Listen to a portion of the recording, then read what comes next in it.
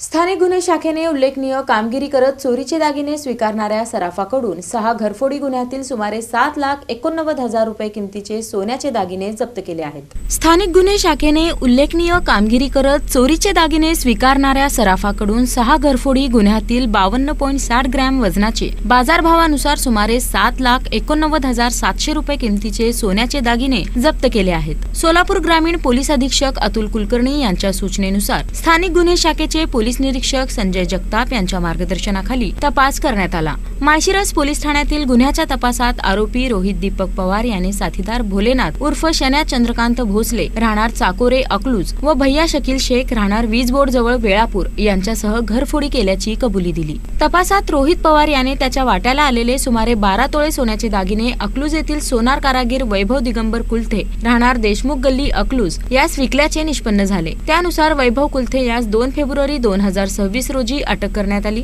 त्याच्याकडे स्वीकारलेले दागिने त्याच्या आईकडून 14 फेब्रुवारी 2026 रोजी तपास अधिकाऱ्यांकडे सुपूर्द करण्यात आले। माळशिरस 4, वेळापूर 1 व अकलूज 1 अशा एकूण 6 गुन्ह्यातील दागिने हस्तगत करण्यात आले। नमस्कार, सोलापूर ग्रामीणचा एलसीबी टीमने घरफोडीचा 10 गुन्हे उघडकीस आणलेले आहे।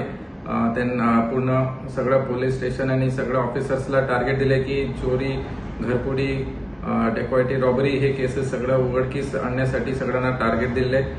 त्याच्यामध्ये काल एलसीबी टीमनी ते काही आरोपींना ट्रेस करून त्यांना अटक केलेली आहे।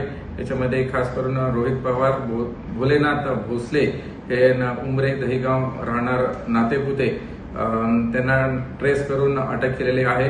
ह्याचं इन्व्हेस्टिगेशन मध्ये हे समोर आले की त्यांनी जे सोनं टोटल 52 ग्राम सोनं हे एका सोनाराकडे दिले होते। तो सोनारा वैभव कुलते म्हणून आहे, त्याला पण आम्ही अटक केले होते।